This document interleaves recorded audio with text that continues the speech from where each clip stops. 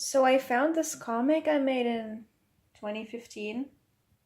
I was like a teen then, and I had this story in my head about this rabbit girl and this fox. It was like a love story, I think, but it had like three books, and this was the first one. And I swear I had the idea for this before Zootopia came out, before I even knew Zootopia was a thing, like with the rabbit and the fox, and the implications, like the race thing and all of that. And when Zootopia came out, I was like, I might cancel the story because people will think I'm like copying Disney, but well, I just found it lately and I thought, why not take a look inside? So, first a blank page, now we turn over. Wow, this is ancient art, but I'm still really like this background. Like, I made this. I first like sketched something on the computer, I think, like made this sketch for the lines here, and then I printed it out, and then I traced, like I put a white paper over this, and then I traced the lines on top and shaded everything, and then I put it in the computer again. So you can see there's still some like pencil lines on here.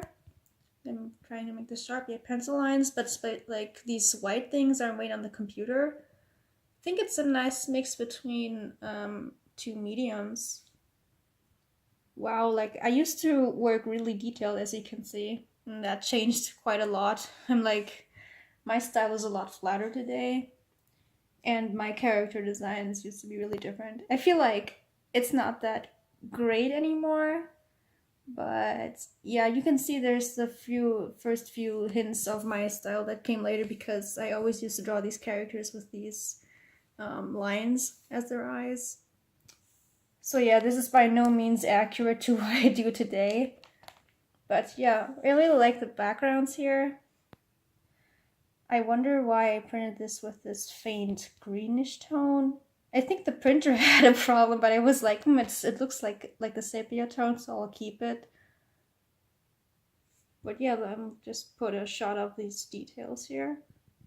So you can see like more pencil lines, and then this is obviously computer, this cloud, but this one is like has remains of the pencil work.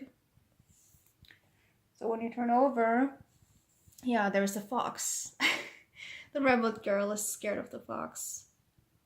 Yeah, and back then Emilie had like no hair before in front of her ears because I was like, perhaps you don't really see she's a rabbit enough. But today the design is a bit different. Or zoom on the details. I really like how I did the backgrounds. Crack, crack. Rustle. Yep. So there's the fox groaning at her. I really like how she looks here. This is ancient art. And now it's like the colored part comes. I feel like the main reason I struggled with this comic was the coloring bit indeed. Because when you use this method that I used, like where you first scan things and then print it out and then put in the computer again, the coloring will stay very inconsistent. And I think I colored like her hair. I colored with pencil so that when I put it in the computer, it will remain red. Like the bits that are supposed to be red will be red. For me, it was really important that her hair is like bright red. But then you can see, I used this one tool in Art Rage where you can colorize even gray areas, and that's how I did this. But then the coloring is inconsistent. So I never really had much control of how the colors looked like. It was more experimental. Yeah, another one. I feel like here you can see my terrible attempts at character design. But I think overall I really worked hard to make this as detailed as possible, and then I stepped over the edge, I think. Oh yes, this was a double page. Like this and this are actually supposed to go together. I might put this out and so that they are here and here. So you can see it.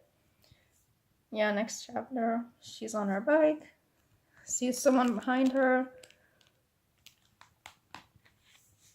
Here I played around with panels a bit. I think it looks really childlike everything, but it also has a certain vibe. that might fit the story. Yeah, I really like this panel. It's so old, but I still like it. Reminds me a lot of, yeah, the how my style looks like today. But some things do start to look weird to me, and the faces look like they've been like pulled like this. I don't know what it is in my older drawings, especially my 2015 ones. Like they looked like they had stretched faces. Yeah, and that's how far I got with this type of coloring. This was actually for a school project, and I wanted to do the whole chapter, which was like 20 or 30 pages, but I only did like 10, I think. But it's not over yet, because I also have the original sketches here. This might explain how I did all this line pencil work, and then I scanned this in. So, but yeah, the sketch, I don't know if I might have the original sketch under here, like the one that came out of the computer. I do have the original one. Wow, look. See, I used this, and this was made in the computer, and then I traced this to there, and then I shaded. Yeah. Wow, that's crazy. I still have everything here. I haven't looked at this in a long time. Like, I peeked into it a few weeks ago, like a week ago. I was like, whoa, this comic, I remember this. And then I looked, but I didn't see that the original one was here too. See, here you can see the double page, but it... wow, I managed to mess up. This one should be there, and this one there.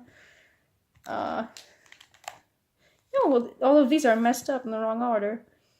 But yeah, see, as I said, I made her hair red, or all the bits that are red, I colored in red on paper. Even in the flashback scene. Yep. But then, as you can see, this is not the one that's in the final version. I revisited some of the designs again when I went on my computer. And some of the pencil work, especially here, I think got lost when I overdid the lighting here. I feel like it looks fine with pencil, just with pencil too, but the other one has a different vibe.